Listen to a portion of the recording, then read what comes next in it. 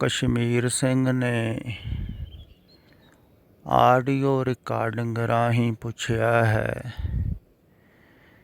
ਕਿ ਮੇਰੇ ਮਨ ਦੇ ਪਿੱਛੋਂ ਆਵਾਜ਼ ਆਉਂਦੀ ਹੈ ਕਿਸੇ ਲੋੜਵੰਦ ਨੂੰ ਦੇਖ ਕੇ, ਕਿਸੇ ਜ਼ਰੂਰਤਮੰਦ ਨੂੰ ਦੇਖ ਕੇ ਵੀ ਇਹਦੀ ਹੈਲਪ ਕਰ, ਮਦਦ ਕਰ। ਪਰ ਓਨੀ ਮਦਦ ਹੋ ਨਹੀਂ ਪਾਉਂਦੀ ਹੈ ਜਦੋਂ ਮੈਂ ਕਰਦਾ ਹਾਂ। ਜਾਂ ਆਵਾਜ਼ ਆਉਂਦੀ ਹੈ ਵੀ ਸਿਮਰਨ ਕਰ, ਭਜਨ ਕਰ, ਧਿਆਨ ਕਰ, ਮੈਡੀਟੇਸ਼ਨ ਕਰ, ਉਹ ਵੀ ਹੁੰਦਾ ਨਹੀਂ ਹੈ। ਇਹਦਾ ਕੀ ਕਾਰਨ ਹੈ? ਪਹਿਲਾਂ ਇਸ ਮਨ ਨੂੰ ਸਮਝੋ। ਦਰਅਸਲ ਮਨ ਨੂੰ ਸਮਝਣਾ ਦੁਨੀਆ 'ਚ ਸਾਰਿਆਂ ਨੂੰ ਔਖਾ ਹੈ। ਬੁੱਧੀ ਦੇ ਤਲ 'ਤੇ ਤੁਸੀਂ ਸਮਝ ਹੀ ਨਹੀਂ ਸਕਦੇ ਹੋ, ਕਿਉਂਕਿ ਪਕੜ 'ਚ ਨਹੀਂ ਆਉਂਦਾ ਹੈ, ਬਹੁਤ ਸੂਖਸ਼ਮ ਹੈ। ਪਰ ਜਿਹੜੇ ਮਨ ਤੋਂ ਪਾਰ ਚਲੇ ਜਾਂਦੇ ਹਨ, ਉਹਨਾਂ ਨੂੰ ਮਨ ਦਿਖਦਾ ਨਹੀਂ ਹੈ, ਲੱਭਦਾ ਹੀ ਨਹੀਂ। ਉਹ ਕਹਿੰਦੇ ਮਨ ਹੈ ਹੀ ਨਹੀਂ, ਇੱਕ ਖਿਆਲ ਹੈ। ਪਰ ਬੌਧਿਕ ਤਲ 'ਤੇ ਵੀ ਇਹਨੂੰ ਪੂਰਾ ਸਮਝਿਆ ਨਹੀਂ ਜਾ ਸਕਦਾ। ਫਿਰ ਵੀ ਇਹ ਪੈਦਾ ਕਿਵੇਂ ਹੁੰਦਾ ਹੈ, ਇਹ ਸਮਝਿਆ ਜਾ ਸਕਦਾ ਹੈ। ਅਤੇ ਜਿਹੜਾ ਸਮਝ ਲੈਂਦਾ ਹੈ ਵੀ ਇਹ ਪੈਦਾ ਕਿਵੇਂ ਹੁੰਦਾ ਹੈ, ਉਹਦਾ ਫਿਰ ਮਿਟ ਵੀ ਸਕਦਾ ਹੈ। ਇਹ ਪੈਦਾ ਹੁੰਦਾ ਹੈ ਸੰਸਾਰ ਦੀ ਤ੍ਰਿਸ਼ਨਾ ਤੋਂ, ਚਾਹਤ ਤੋਂ, ਵਾਸ਼ਨਾ ਤੋਂ ਕਹਿ ਲਓ, ਕਾਮਨਾ ਤੋਂ। ਹੁਣ ਤੁਸੀਂ ਆਪ ਖਿਆਲ ਕਰੋ ਵੀ ਜਦੋਂ ਵੀ ਬੱਚਿਆਂ ਨੂੰ ਕੋਈ ਤੋਰਦਾ ਹੈ ਸੰਸਾਰ ਵੱਲ, ਮਾਤਾ ਪਿਤਾ, ਘਰ ਪਰਿਵਾਰ ਦੇ ਮੈਂਬਰ, ਅਤੇ ਕੀ ਕਹਿੰਦੇ ਹਨ ਵੀ ਬੱਚਾ ਪੜ੍ਹੇਗਾ ਲਿਖੇਗਾ ਤੂੰ ਕੋਈ ਵੱਡਾ ਅਫਸਰ ਬਣੇਗਾ, ਜਾਂ ਵੱਡਾ ਡਾਕਟਰ ਬਣੇਗਾ, ਜਾਂ ਇੰਜੀਨੀਅਰ ਬਣੇਗਾ, ਅਤੇ ਤੇਰੇ ਕੋਲ ਫਿਰ ਸਾਰੀਆਂ ਸੁੱਖ ਸੁਵਿਧਾਵਾਂ ਹੋਣਗੀਆਂ, ਤੂੰ ਮੌਜ ਕਰੇਗਾ, ਐਸ਼ ਕਰੇਗਾ। ਇਹੋ ਕਿਹਾ ਜਾਂਦਾ ਹੈ ਨਾ।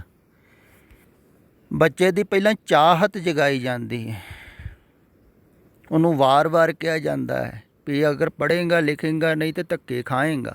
ਇਉਂ ਕਹਿੰਦੇ ਹਨ ਨਾ ਮਾਤਾ ਪਿਤਾ। ਇਉਂ ਹੀ ਸਤਿਪੁਰਖਾਂ ਦੇ ਵੀ ਮਾਤਾ ਪਿਤਾ ਕਹਿੰਦੇ ਰਹੇ ਹਨ ਵੀ ਪੜ੍ਹੋਗੇ ਨਹੀਂ, ਲਿਖੋਗੇ ਨਹੀਂ, ਬਣੋਗੇ ਨਹੀਂ ਨਵਾਬ। ਅਤੇ ਜਿਹੜੇ ਬੱਚੇ ਕਬੀਰ ਜੀ ਵਰਗੇ, ਰਵਿਦਾਸ ਜੀ ਵਰਗੇ, ਜਾਂ ਬਾਬਾ ਨਾਨਕ ਜੀ ਨਹੀਂ ਮੰਨਦੇ ਹਨ ਕਹਿਣਾ ਵੀ ਅਸੀਂ ਤਾਂ ਨਾ ਹੀ ਨਵਾਬ ਬਣਨਾ ਹੈ, ਨਾ ਹੀ ਕੋਈ ਇੰਜੀਨੀਅਰ ਬਣਨਾ ਹੈ, ਨਾ ਹੀ ਧਨ ਕਮਾਉਣਾ ਹੈ, ਤਾਂ ਉਹ ਐਸੇ ਬੱਚੇ ਜਿਹੜੇ ਹਨ ਉਹ ਸ਼ੁਰੂ ਤੋਂ ਹੀ ਵਾਸ਼ਨਾ ਤੋਂ ਮੁਕਤ ਹੁੰਦੇ ਹਨ। ਫਿਰ ਸੰਸਾਰਿਕ ਵਾਸ਼ਨਾ ਤੋਂ ਤਾਂ ਮੁਕਤ ਹੁੰਦੇ ਹੀ ਹਨ। ਸੰਸਾਰੀਏ ਲੋਕਾਂ ਦੇ ਤਾਂ ਕਹਿਣਾ ਮੰਨਦੇ ਨਹੀਂ ਹਨ ਐਸੇ ਪ੍ਰਭੂ ਦੇ ਪਿਆਰੇ। ਧਾਰਮਿਕ ਲੋਕਾਂ ਦਾ ਵੀ ਕਹਿਣਾ ਨਹੀਂ ਮੰਨਦੇ ਹਨ, ਕਿਉਂਕਿ ਧਾਰਮਿਕ ਲੋਕ ਵੀ ਵਾਸ਼ਨਾ ਹੀ ਜਗਾਉਂਦੇ ਹਨ। ਉਹ ਕਹਿੰਦੇ ਹਨ ਧਾਰਮਿਕ ਚਿੰਨ੍ਹ ਪਾਓਗੇ ਅਤੇ ਗੁਰੂ ਦੀਆਂ ਖੁਸ਼ੀਆਂ ਮਿਲਣਗੀਆਂ, ਤੁਹਾਨੂੰ ਮੁਕਤੀ ਮਿਲੂਗੀ, ਸਵਰਗ ਮਿਲੇਗਾ, ਪਛਰਾਂ ਮਿਲਣਗੀਆਂ, ਹੂਰਾਂ ਮਿਲਣਗੀਆਂ, ਕੁਛ ਨਾ ਕੁਛ ਉਹ ਵੀ ਵਾਸ਼ਨਾ ਹੀ ਜਗਾਉਂਦੇ ਹਨ। ਦੇਖੋ ਉਹਨਾਂ ਦੀ ਵਾਸ਼ਨਾ ਨੂੰ ਵੀ ਉਹ ਕਬੂਲ ਨਹੀਂ ਕਰਦੇ, ਕਹਿੰਦੇ ਅਸੀਂ ਧਰਮ ਦੇ ਕਰਮ ਵੀ ਨਹੀਂ ਕਰਦੇ, ਕਿਉਂਕਿ ਉਹਨਾਂ ਵਾਸ਼ਨਾ ਨਾਲ ਵੀ ਮਨ ਹੀ ਜਾਗਦਾ ਹੈ, ਮਨ ਹੀ ਬਣਦਾ ਹੈ। ਪਰ ਐਸੇ ਬੱਚੇ ਤਾਂ ਬਹੁਤ ਘੱਟ ਹਨ ਜਿਹੜੇ ਬਚਪਨ 'ਚੋਂ ਹੀ ਸੰਸਾਰਿਕ ਵਿਚਾਰਧਾਰਾ ਨੂੰ ਨਹੀਂ ਮੰਨਦੇ ਹਨ ਅਤੇ ਧਾਰਮਿਕ ਵਿਚਾਰਧਾਰਾ ਨੂੰ ਵੀ ਠੁਕਰਾ ਦਿੰਦੇ। ਬਾਕੀ ਜ਼ਿਆਦਾਤਰ ਬੱਚੇ ਤੇ ਜਿਸ ਤਰ੍ਹਾਂ ਦੀ ਮਾਤਾ ਪਿਤਾ ਵਿਚਾਰਧਾਰਾ ਦਿੰਦੇ ਹਨ ਜਾਂ ਸੰਸਾਰ ਵਿਚਾਰਧਾਰਾ ਦੇ ਰਿਹਾ ਹੈ ਵੈਸਾ ਹੀ ਮੰਨ ਰਹੇ ਹਨ ਤੇ ਉਹਨਾਂ ਦੀ ਲੋਕ ਸ਼ਲਾਘਾ ਵੀ ਕਰਦੇ ਹਨ ਵੀ ਮਾਤਾ ਪਿਤਾ ਦਾ ਕਿੰਨਾ ਕਿਹੜਾ ਮੰਨਦਾ, ਇਹ ਬੱਚਾ ਕਿੰਨੀ ਪੜ੍ਹਾਈ ਕਰ ਰਿਹਾ ਹੈ, ਕਿੰਨੀ ਮਿਹਨਤ ਕਰ ਰਿਹਾ ਹੈ। ਅਤੇ ਜਿਹੜੀ ਜ਼ਿਆਦਾ ਮਿਹਨਤ ਕਰ ਰਿਹਾ ਉਹਦੇ ਅੰਦਰ ਜ਼ਿਆਦਾ ਵਾਸ਼ਨਾ ਹੋਵੇਗੀ ਕੁਛ ਬਣਨ ਦੀ, ਕੁਛ ਹੋਣ ਦੀ। ਫਿਰ ਇਹ ਵਾਸ਼ਨਾ ਇੰਨੀ ਜ਼ਿਆਦਾ ਭਰ ਦਿੰਦੇ ਹਨ ਜਾਂ ਭਰੀ ਜਾਂਦੀ ਹੈ ਵਾਰ-ਵਾਰ ਸੋਚ ਕੇ। ਫਿਰ ਆਦਮੀ ਕੁਛ ਵੀ ਕਰਦਾ ਹੈ ਉਹ ਕਰਮ ਹੀ ਵਾਸ਼ਨਾ ਦੁਆਰਾ ਹੀ ਹੁੰਦਾ ਹੈ। ਹੁਣ ਤੁਸੀਂ ਇਉਂ ਖਿਆਲ ਕਰੋ, ਤੁਸੀਂ ਜਦੋਂ ਕੋਈ ਵੀ ਕਰਮ ਕਰਦੇ ਹੋ, ਕੁਛ ਕਰਨਾ ਹੈ ਤੇ ਤੁਸੀਂ ਸੋਚ ਲੈਂਦੇ ਹੋ ਫਾਇਦਾ ਕੀ, ਤੇ ਫਾਇਦਾ ਮਨ ਪਹਿਲਾਂ ਸੋਚਦਾ ਹੈ। ਅਗਰ ਧਾਰਮਿਕ ਕਰਮ ਵੀ ਕਰਨਾ ਹੈ ਤਾਂ ਵੀ ਫਾਇਦਾ ਸੋਚਦਾ ਹੈ ਵੀ ਲੋਕ ਵੀ ਖੁਸ਼ ਹੋ ਜਾਣ ਅਤੇ ਕੁਛ ਗੁਰੂ ਦੀ ਕਿਰਪਾ ਵੀ ਹੋ ਜਾਏ, ਕੁਛ ਫਾਇਦਾ ਹੋਵੇ। ਫਾਇਦੇ ਦੀ ਖਾਤਰ ਹੀ ਕਰਦਾ ਹੈ ਨਾ ਆਦਮੀ। ਪਾਠ ਪੂਜਾ ਵੀ ਫਾਇਦੇ ਦੀ ਖਾਤਰ ਕਰਦੇ ਆ। ਫਾਇਦੇ ਤੋਂ ਬਗੈਰ ਤਾਂ ਕੁਛ ਕਰ ਹੀ ਨਹੀਂ ਸਕਦੇ ਤੁਸੀਂ। ਜਿੰਨੇ ਵੀ ਧਰਮ ਕਰਮ ਹੋ ਰਹੇ ਨੇ ਸਭ ਫਾਇਦੇ ਦੇ ਵਾਸਤੇ ਹੀ ਹੋ ਰਹੇ ਆ। ਲਾਭ ਲੋਭ, ਉਹ ਭਾਵੇਂ ਕੋਈ ਪਾਠ ਕਰ ਰਿਹਾ ਹੈ, ਪੂਜਾ ਕਰ ਰਿਹਾ ਹੈ, ਕਈ ਧਿਆਨ ਸਿਮਰਨ ਜਪ ਤਪ ਵੀ ਲਾਭ ਲੋਭ ਵਾਸਤੇ ਹੀ ਕਰ ਰਹੇ ਆ। ਲੱਭ ਲੋਭ ਅਹੰਕਾਰ ਕੀ ਮਾਤੀ ਮਾਇਆ ਮਨਿ ਸਮਾਣੀ, ਇੰਨੀ ਬਾਤੀ ਸਹੁ ਪਾਈਏ ਨਾਹੀ ਭਈ ਕਾਮਣੀ ਆਣੀ। ਫਿਰ ਲੱਭ ਲੋਭ ਤੋਂ ਬਗੈਰ ਜਿਹੜਾ ਕਰਮ ਹੈ ਉਹ ਮਨ ਕਰਨਾ ਨਹੀਂ ਚਾਹੁੰਦਾ। ਹੁਣ ਤੁਸੀਂ ਉਹ ਸਮਝੋ, ਤੁਸੀਂ ਕਹਿੰਦੇ ਹੋ ਵੀ ਸਵੇਰੇ ਉੱਠ ਕੇ ਸਿਮਰਨ ਜਾਂ ਧਿਆਨ ਹੁੰਦਾ ਨਹੀਂ। ਅਗਰ ਤੁਹਾਨੂੰ ਕੋਈ ਕਵੇ ਵੀ ਮੇਰੇ ਘਰ ਦੇ ਦਰਵਾਜ਼ੇ ਦੇ ਅੱਗੇ 2 ਵਜੇ ਤੋਂ 6 ਵਜੇ ਤੱਕ ਖੜ੍ਹ ਜਾ, ਮੈਂ ਤੈਨੂੰ ਮਹੀਨੇ ਦਾ 1 ਕਰੋੜ ਰੁਪਈਆ ਦੇਵਾਂਗਾ, ਅਤੇ ਤੁਹਾਨੂੰ ਆਪਣੇ ਆਪ ਹੀ ਜਾਗ ਆ ਜੂਗੀ 2 ਵਜੇ ਤੋਂ ਪਹਿਲਾਂ, ਅਤੇ ਤੁਸੀਂ ਖੜੋਗੇ ਵੀ, ਕਿਉਂਕਿ ਇੱਥੇ ਕੁਛ ਮਿਲਣਾ ਹੈ ਨਾ। ਵਿਦੇਸ਼ਾਂ ਦੇ ਵਿੱਚ ਲੋਕ 14-14 16-16 ਘੰਟੇ ਕੰਮ ਕਰ ਰਹੇ ਹਨ। ਉਹ ਲੱਭ ਲੋਭ ਕਰਕੇ।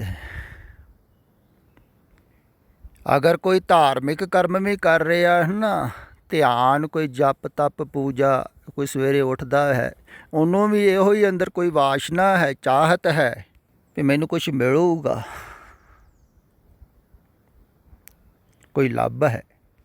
ਹੁਣ ਇਹ ਕਹਿ ਰਿਹਾ ਹੈ ਨਾ ਵੀ ਮੇਰੇ ਪਿੱਛੋਂ ਆਵਾਜ਼ ਆਉਂਦੀ ਹੈ, ਪੁੰਨ ਦਾਨ ਭਜਨ ਕਰ ਲੈ ਤੇਰੀ ਉਮਰ ਬੀਤਦੀ ਜਾਂਦੀ। ਇਹ ਹਰ ਇੱਕ ਦੇ ਪਿੱਛੋਂ ਹੀ ਆਉਂਦੀ ਹੈ ਆਵਾਜ਼, ਪਰ ਉਹ ਵਡਭਾਗੇ ਹਨ ਜਿਨ੍ਹਾਂ ਨੂੰ ਇਹ ਆਵਾਜ਼ ਸੁਣਦੀ ਹੈ। ਬਹੁਤਿਆਂ ਨੂੰ ਤਾਂ ਸੁਣਾਈ ਨਹੀਂ ਦਿੰਦੀ, ਮਨ ਦਾ ਇੰਨਾ ਰੌਲਾ ਹੈ, ਇੰਨਾ ਸ਼ੋਰ ਸ਼ਰਾਬਾ ਹੈ, ਉਹ ਸੁਣ ਨਹੀਂ ਦਿੰਦਾ ਹੈ ਪਿੱਛੇ ਆਤਮਾ ਦੀ ਆਵਾਜ਼ ਨੂੰ, ਪਰਮਾਤਮਾ ਦੀ ਆਵਾਜ਼ ਨੂੰ ਕਹਿ ਲਓ। ਤੋ ਉਹ ਆਵਾਜ਼ ਬੁਲਾਉਂਦੀ ਹੈ ਵੀ ਤੂੰ ਐਸਾ ਕਰੇਂਗਾ ਤੇ ਤੂੰ ਵਾਪਸ ਆਪਣੇ ਘਰ ਆ ਜਾਵੇਂਗਾ।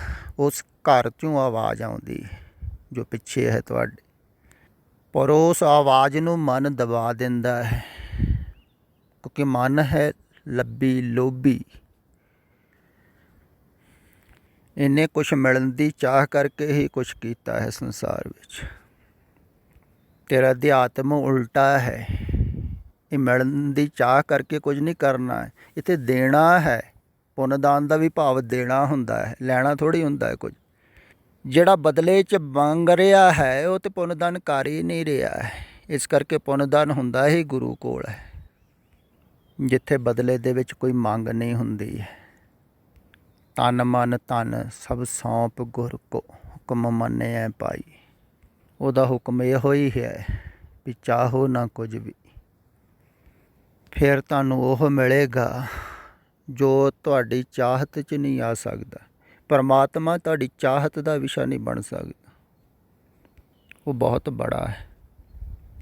ਫਿਰ ਸਿਮਰਨ ਧਿਆਨ ਵੀ ਤਿਆਗਣਾ ਹੀ ਹੈ। ਪੁੰਨ ਦਾਨ ਦਾ ਅਰਥ ਹੈ ਬਾਹਰ ਦਾ ਤਿਆਗ। ਸਿਮਰਨ ਧਿਆਨ ਦਾ ਅਰਥ ਹੈ ਅੰਦਰ ਦਾ ਤਿਆਗ। ਤੇ ਮੰਗ ਕੋਈ ਨਹੀਂ, ਕਿਉਂਕਿ ਮੰਗ ਆ ਗਈ ਤੇ ਮੈਂ ਆ ਗਈ। ਤੁਸੀਂ ਧਾਰਮਿਕ ਲੋਕਾਂ ਦੀਆਂ ਗੱਲਾਂ ਤੋਂ ਪ੍ਰਭਾਵਿਤ ਹੋਏ ਹੋ ਵੀ ਸਵੇਰੇ ਉੱਠ ਕੇ ਧਿਆਨ ਕਰਨਾ, ਸਿਮਰਨ ਕਰਨਾ, ਮੈਡੀਟੇਸ਼ਨ ਕਰਨਾ। ਨਹੀਂ, ਇੱਧਰ ਮਿਟਣ ਦੀ ਗੱਲ ਕਰ ਰਿਹਾ। ਤੁਹਾਡਾ ਤੇ ਜੇ ਲੱਭ ਲੋਭ ਹੀ ਨਹੀਂ ਛੁੱਟਿਆ। ਪਹਿਲਾਂ ਤਾਂ ਸੰਸਾਰ ਦਾ ਲੱਭ ਲੋਭ ਛੁੱਟੇਗਾ, ਮੋਹ ਛੁੱਟੇਗਾ। ਮੋਹ ਤੋਂ ਲੱਭ ਲੋਭ ਪੈਦਾ ਹੋ ਰਿਹਾ ਹੈ। ਫਿਰ ਸਰੀਰਕ ਮੋਹ ਛੁੱਟੇਗਾ ਤੇ ਸਰੀਰਕ ਦਾ ਲੱਭ ਲੋਭ ਛੁੱਟੇਗਾ। ਫਿਰ ਮਾਨਸਿਕ ਲੱਭ ਲੋਭ ਵੀ ਛੁੱਟਣਾ ਹੈ। ਤੇ ਉਹ ਛੱਡਣਾ ਬਹੁਤ ਕਠਿਨ ਹੈ। ਇੱਛਾ ਕਹਿ ਲਓ, ਚਾਹਤ ਕਹਿ ਲਓ। ਪਹਿਲਾਂ ਤਾਂ ਅਸ਼ੁੱਭ ਚਾਹਤਾਂ, ਇੱਛਾਵਾਂ ਛੱਡਣੀਆਂ ਹਨ ਸੰਸਾਰਿਕ। ਫਿਰ ਧਾਰਮਿਕ, ਜਿਨ੍ਹਾਂ ਨੂੰ ਸ਼ੁੱਭ ਇੱਛਾਵਾਂ ਕਹਿੰਦੇ ਹਨ, ਉਹ ਵੀ ਛੁੱਟਣੀਆਂ ਹਨ। ਤਾਂ ਹੀ ਮਨ ਮਰਦਾ ਹੈ ਨਾ। ਜਿਵੇਂ ਕੱਲ੍ਹ ਹੀ ਇੱਕ ਮਾਈ ਨੇ ਰਿਕਾਰਡਿੰਗ ਰਾਹੀਂ ਕਿਹਾ ਸੀ, ਸਤਿਗੁਰ ਮੇਰਾ ਮਾਰ ਜੀਵਾਲੇ। ਇਹਨੂੰ ਥੋੜ੍ਹਾ ਜਿਹਾ ਮਰਨ ਦਾ ਅਹਿਸਾਸ ਹੋਇਆ ਕਿਵੇਂ ਕਿ ਇਹਦੀ ਚਾਹਤ ਸੀ ਪੈਦਲ ਇੱਥੇ ਮੇਰੇ ਕੋਲ ਆਉਣ ਦੀ। ਇਹਨੇ ਪੁੱਛਿਆ ਵੀ ਸੀ ਤੇ ਮੈਂ ਇਨਕਾਰ ਕੀਤਾ ਵੀ ਨਹੀਂ। ਫਿਰ ਇਨਕਾਰ ਕੀਤਾ ਜਾਵੇ, ਇੱਛਾ ਹੋਰ ਵੀ ਪ੍ਰਬਲ ਹੋ ਜਾਂਦੀ ਤੇ ਰਹਿ ਨਾ ਸਕੀ। ਸ਼ਾਮ ਨੂੰ ਉੱਥੋਂ ਤੁਰ ਪਈ।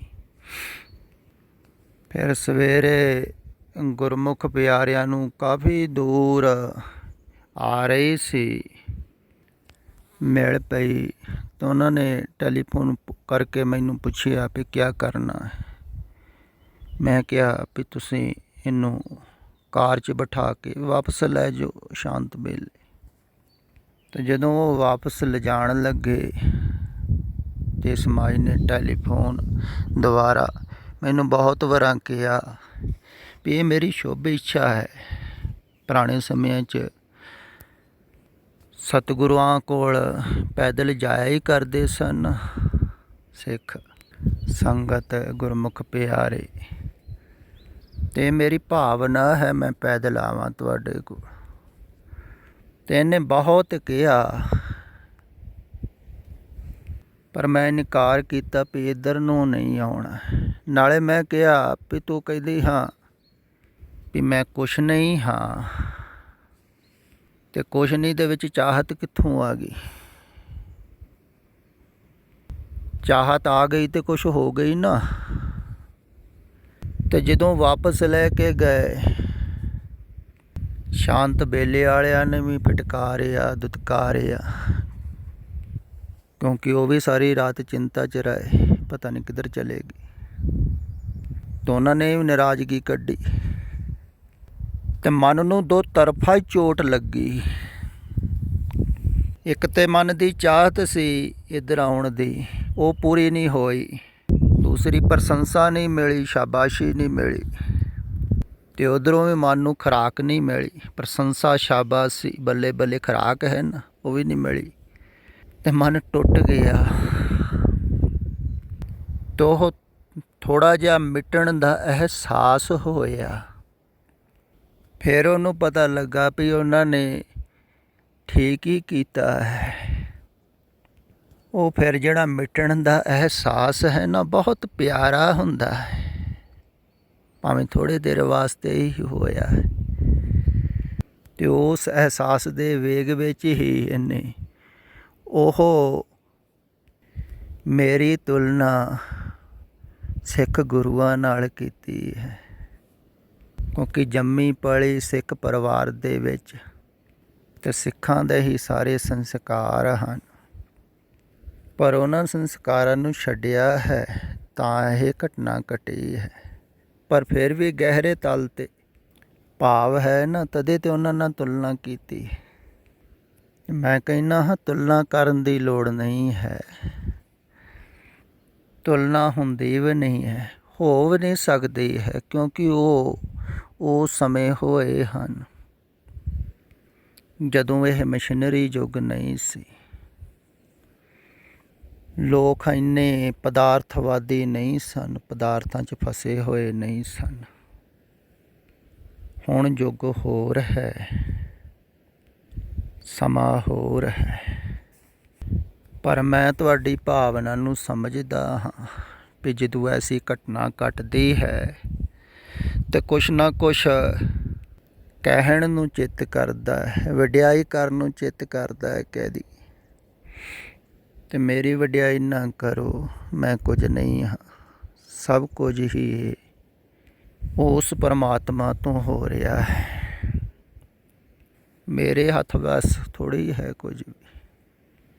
ਮੈਂ ਤੇ ਨਾ ਚੀਜ਼ ਹਾਂ, ਤੇ ਨਾ ਚੀਜ਼ ਹੀ ਹੋਣ ਵਾਸਤੇ ਤੁਹਾਨੂੰ ਕਹਿ ਰਿਹਾ ਹਾਂ, ਤੇ ਨਾ ਕੁਛ ਹੋਣ ਵਾਸਤੇ ਪਹਿਲਾਂ ਬਾਹਰ ਸੰਸਾਰ ਵੱਲੋਂ ਨਾ ਕੁਛ ਹੋਣਾ ਹੈ। ਅਗਰ ਸੰਸਾਰ ਵੱਲ ਤੁਸੀਂ ਕੁਛ ਹੋ ਤਦੇ ਹੀ ਤਾਂ ਤੁਸੀਂ ਫਸੇ ਹੋਏ ਹੋ ਵੀ ਕੁਛ ਹੀ ਆਪਣੇ ਅਹੁਦੇ ਨੂੰ ਸੰਸਾਰ ਵਿੱਚ ਕਾਇਮ ਰੱਖਣਾ ਚਾਹੁੰਦੇ ਹੋ, ਕੁਛ ਨਾ ਕੁਛ ਚਾਹੁੰਦੇ ਹੋ ਨਾ, ਤਾਂ ਹੀ ਹੈ ਨਾ ਸੰਸਾਰ ਦੇ ਨਾਲ ਲਗਾ। ਤੇ ਉਹ ਚਾਹਤ ਛੱਡੋ, ਪਹਿਲਾਂ ਲੱਭ ਲੁੱਭ ਸੰਸਾਰ 'ਚੋਂ ਛੱਡੋ, ਤਾਂ ਹੀ ਪੁੰਨਦਾਨ ਹੋਵੇਗਾ ਨਾ। ਤੇ ਹੰਕਾਰ ਛੱਡੋਗੇ ਤੇ ਸਿਮਰਨ, ਧਿਆਨ, ਮੈਡੀਟੇਸ਼ਨ ਹੋਵੇਗਾ। ਤੇ ਮਨ ਦੀ ਨਾ ਸੁਣੋ, ਅੰਦਰ ਦੀ ਆਵਾਜ਼ ਦੀ ਸੁਣੋ, ਉਹ ਵਾਸਤਵਿਕ ਹੈ। ਉਹ ਹੀ ਗੁਰੂ ਦੀ ਆਵਾਜ਼ ਕਹਿ ਲਓ ਜਾਂ ਪਰਮਾਤਮਾ ਬੁਲਾ ਰਿਹਾ ਹੈ ਤੁਹਾਨੂੰ ਵਾਪਸ।